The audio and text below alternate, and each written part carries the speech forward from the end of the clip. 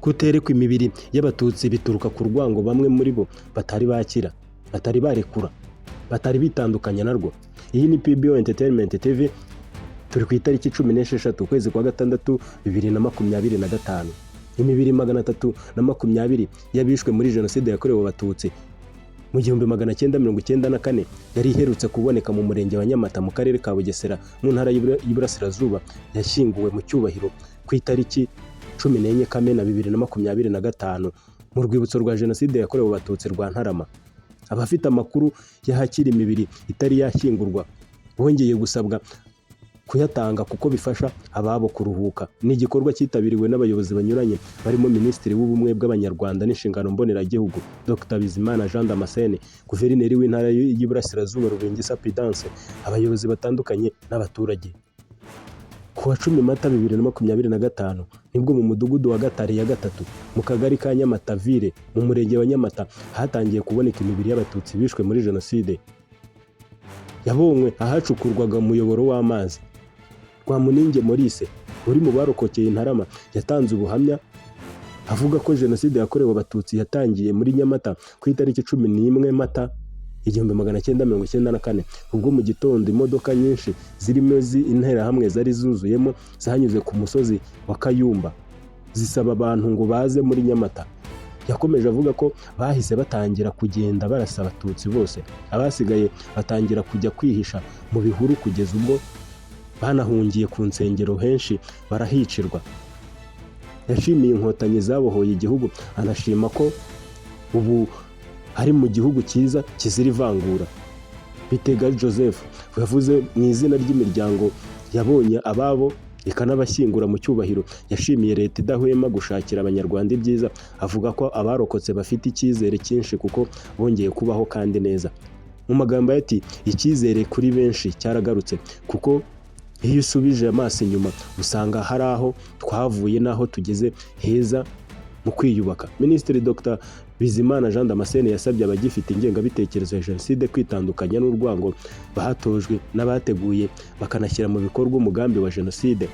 Ati kuterekwa imibiri y'abatutsi bituruka ku rwango bamwe muri bo batari bakira, batari barekura, batari bitandukanya narwo, abatari babohoka nabo igihe kirimo kirabarengana. Ntibakomeze kwifungirana mu mwijima w'urwango rudafite aho ruzabageza na hamwe. Nibave mu rwango. Kubyifungiranamo no gushaka kubyifungiranamo ni ukwihemukira. Yakebuye bamwe mu bibwira ko igihe kizagera u Rwanda rugasubira mu bihe bya kera nk'ibyo rwahozemo, avuga ko ari ukurota uhagaze. Yasabye buri wese gushyira imbere ubumwe mu kubaka u Rwanda. Minisitiri Bizimana yagarutse ku icengezamatwara ryakozwe mu gihe cy'imyaka 38 abahutu bigishwa ko umwanzi wabo wa mbere yari umututsi. Agaragaza ko byageze naho abana bica ba nyina. Yagaragaje ko hari n'abagabo bisha abagore babo b'abatutsikazi mu gutanga ingero ku nterahamwe ko nta mututsi n'umwe ugomba gusigara mu gihugu. Ati ubukana n'ubugome bwageze aho abana bica ba nyina. Aba b'abatutsikazi ngo baratanga urugero rwiza rw'uburyo umututsi atagomba kubabarirwa. No kuduhisha imibiri ni urwango rubitera. Ngenda henshi mu gihugu rero ni ikibazo dusanga hose. Bene uru rwango ntabwo rupfa gushira. Niyo mpamvu ababishe bakomeje kwanga kwerekana iyi mibiri. Kubahendahenda mujye mubyihorera. Aho izajya ibonekera izajya ishyingurwa. Iyo mubahendahenze bibatera imbaraga. Minisitiri Dr Bizimana yakomeje avuga ko mu karere ka Karongi mu murenge wa Mubuga hari umwicanyi witwaga Munyangabe Michel, akaba yari perezida wa MDR Power muri komini yitwaga Gishyita. Hatiwe n'abahungu be bakoze ibintu by'agahomamunwa.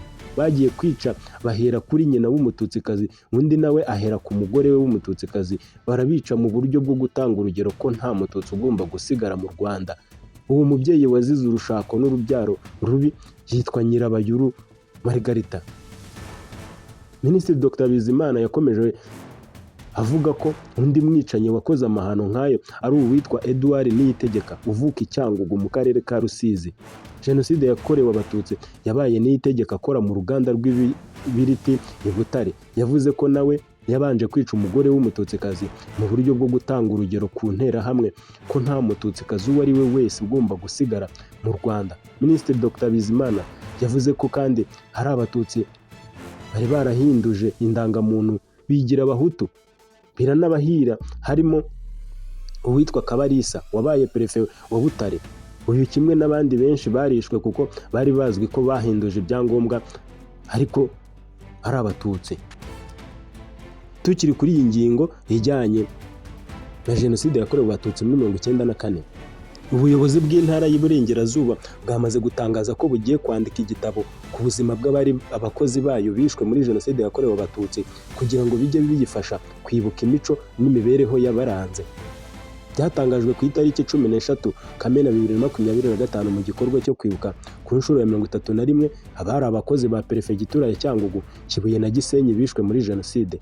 Amakomine yari agize izi perefegitura wongeyeho komine Nkuri yo muri perefegitura ya Ruhengeri niyo yahurijwe hamwe agirwa intara y'Iburengerazuba. Abimana Mathias wari umwarimu mu gihe cya jenoside yakorewe abatutsi, mu buhamya yatanze yagaragaje uruhare rw'abari abategetsi bateguraga no gushyira mu bikorwa jenoside yahitanye umugore n'abana 5 mu bana 8 yari afite. Avuga ko nubwo ibyo byose byabaye abanyarwanda batari babi. Ati abanyarwanda ntabwo babayeho ari babi, ahubwo bagizwe babi n'inyigisho mbi bahawe n'ibituma bamwe bahinduka ibikoraburozi bica bagenzi babo.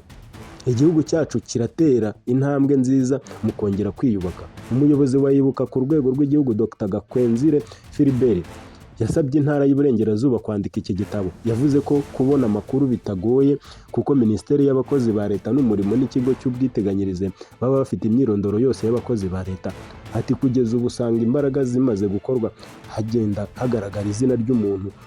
Wanabyumvise ko bagenda bavuga izina, ntabwo bavugaga igihe yavukiye, ntibavugaga icyo yize, ntibavugaga serivisi yakoragamo. Ibyo ntabwo twabigaya ahubwo twabifata nk'itangiriro. Nkurunziza Jean Marie Vianney wavuze mu izina ry'abafite ababo bare abakozi b'iyi ntara bishwe muri jenoside, yavuze ko yiteguye gutanga umusanzu we kugira ngo iki gitabo cyandikwe kuko nicyandikwa kizafasha abazavuka nyuma kumenya imibereho y'abo bakozi bishwe muri jenoside.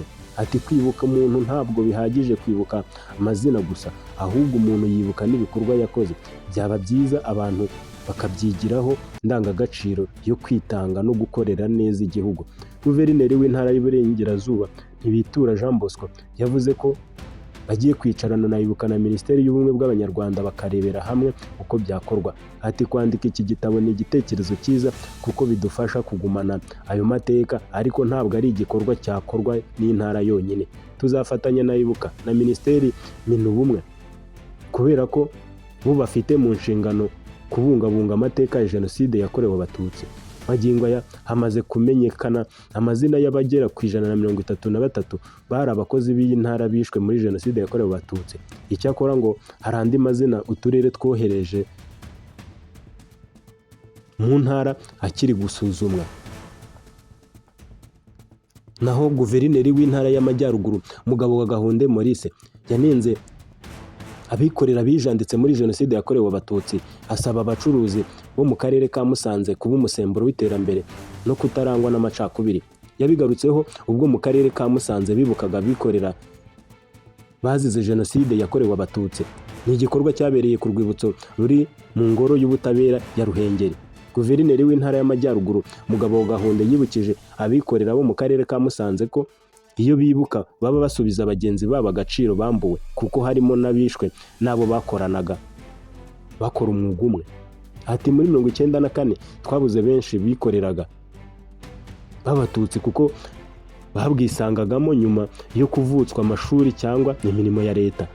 Hari naho duhera tunenga bamwe mu bikorera cyane cyane abacuruzi bagize uruhare mu gushyigikira jenoside yakorewe abatutsi, batanga inkunga y'amafaranga n'ibikoresho byakoreshejwe. Rero iyo tubibuka tuba tubasubiza agaciro bambuwe kuko harimo n'abishwe na bagenzi babo bakoraga umwuga umwe. Ibi byabaye ku itariki 15 ukwezi kwa gatandatu 2025.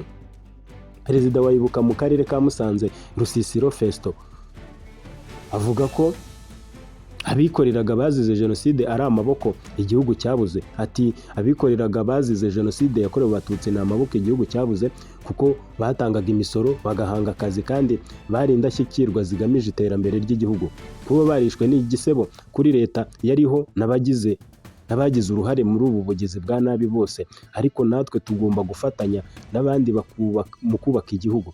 Yaboneyeho kwibutsa abitabiriye iyi gahunda ko bafitanye igihango ndetse banafatanyije n'urugaga rw'abikorera muri aka karere mu gutangiza gahunda y'intango y'ubudaheranwa igamije kuremera abarokotse jenoside yakorewe abatutsi batishoboye no kugira ngo nabo bazaremere bagenzi babo.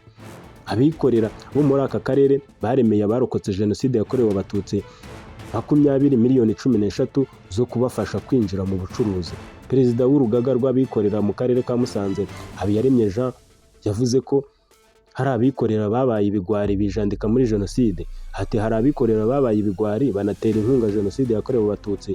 Ni bimwe mu byayihutishije kuko bakoreshaga amafaranga n'imbaraga bari bafite. Ariyo mpamvu twebwe duharanira kubaka amateka meza atarangwamo urwango, ivanguramoko n'ingengabitekerezo. Yashimiye imiyoborere myiza y'u Rwanda rushya, avuga ko ibyo bayivomyemo bibafasha kubaho biyubaka banubaka u Rwanda muri rusange. Naha nsoreje, ndabashimira kuba mwaneze amatwi. Jye mwumvaga nitwa Paul Biri. Amakuru yo nakagaruka. Ciao.